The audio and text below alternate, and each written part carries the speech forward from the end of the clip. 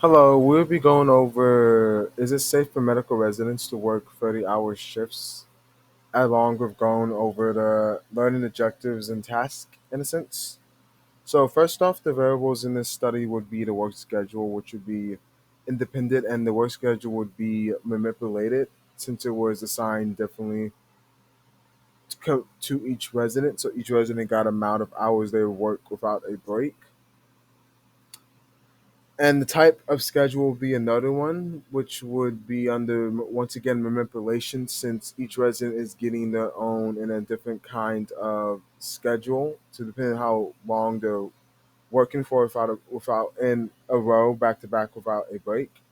Then patient safety would be another, which would be patient safety, the rate of medical errors, and potentially the resident well-being would all be measured, and these also are kind of important to know these, and those three would fall under dependent variables to me because the resident well-beings are basically being seen as, hey, what's their well-being? How can they are they able to self-report their fatigue? Are they injuring themselves or posing a risk to others because the amount of fatigue they have? And the rate of medical errors is once again might be caused by the different work schedules, and the residents, are they making more mistakes due to this, are they making less, and etc. To me, the type of claim that I was using to study would be a casual claim, because to me the whole thing is more of like a cause and effect thing, and the main thing of it is, since a casual claim is a claim that argues that a specific change in one variable is responsible for influencing the value of another, and the whole key variable to this is the work schedule and how working hours back to back without any breaks could heavily affect that. It's not really frequency to me because there's no particular rates or very specific rates. There's no percentages or anything. And association, it could have been potentially, since there are factors that are like cause and effect. But to me, the main factor in this one would be the work schedule, and that goes on to affect everything in this study. And the potential co-founds that I noticed in this study were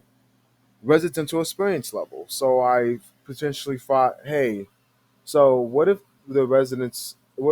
had less experience? Does that play a part? Does that mean even with the amount of hours they had without breaks and back-to-back hours, would that lead to even more mistakes because they have less experience compared to people, let's say, residents who had more experience, so they would be used to already staying up longer without any breaks, already know how to handle certain cases, or they're already used to that kind of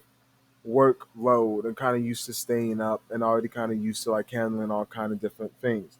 Because alongside that, I thought of what kind of cases were they being worked on, or what kind of cases were the residents working on or with? Because were they working on simple ones, which simple because to me, I feel like the type of cases matter, because if it's a complex one, it can really affect it, because if the residents are already fatigued and you're giving them a more complex task, they're more bound to make mistakes because, hey, they're already fatigued, and the complex task and cases are a lot more harder to deal with since they're already fatigued. While with maybe simple ones, maybe even if they do are bound to make mistakes, it's a lot more easier because it doesn't require that much effort and could still be done with a certain amount of, like fatigue and whatnot.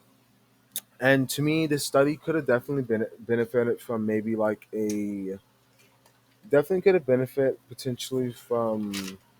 Lord, if I can find the word. I feel like the study could have definitely benefited from it, from maybe principle of Bennett's, because to me the study has it to the point where apparently people died or were injured doing this study, and I feel like it's very important to like just make sure the well-beings of people are taken care of, because I do get the idea of wanting to just do this and like that, but they didn't take in account of, oh, what if people stay for this long? They can potentially play a risk to people and whatnot. But I feel like that wasn't taken in mind or account for it, which led to people losing their lives, or more specifically, Zion, who was in the care of residents who are already sleep fatigued. And I feel like it could have once again just benefited from, yes, the principle been the principle been so precautions could have been made like, hey, maybe if residents were up for a certain amount of time, they could have got taken rest just in case you took in a lot more breaks, which could have prevented, less mistakes happening. And I feel like this definitely could have also benefited from being debriefed in a sense, because I feel like they weren't really debriefed, because I feel like it would be a lot more important to let people know, hey, you are going to go under the care of residents or staff that who have been purposely kept up longer, or who have been working a lot more longer, so they don't have as much stress. So the patients already know there's a potential risk to it already.